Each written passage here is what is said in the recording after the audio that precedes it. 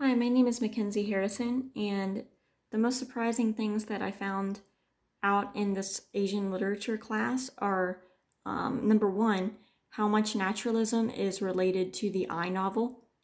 As Kenneth George Henshaw said in his article about Japanese naturalism, he said that um, the I novel actually came about from Japanese naturalism in the early 1900s, of how the early Japanese authors of that time would use naturalism in their pieces of work, but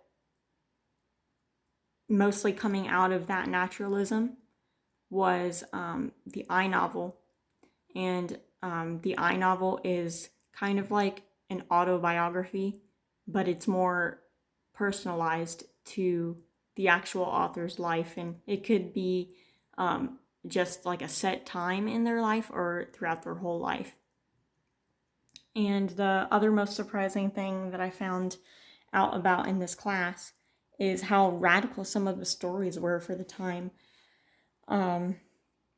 such as Miss Sophia's Diary in China by Ding Ling.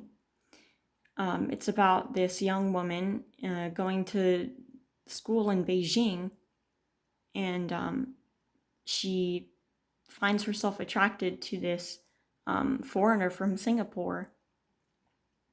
And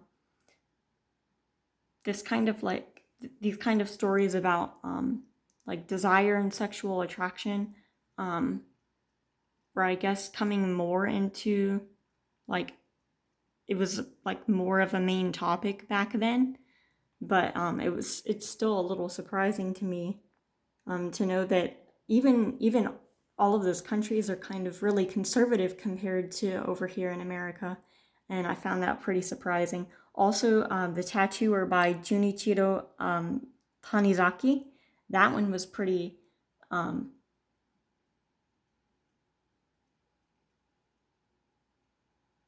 uh, unique and kind of um, on the more racy side too, because in that story, the main character is a tattooer and tattoos a spider on this lady's back, and she becomes like this exotic kind of like more out of character person than the usual, I guess, like Japanese maiden of the time.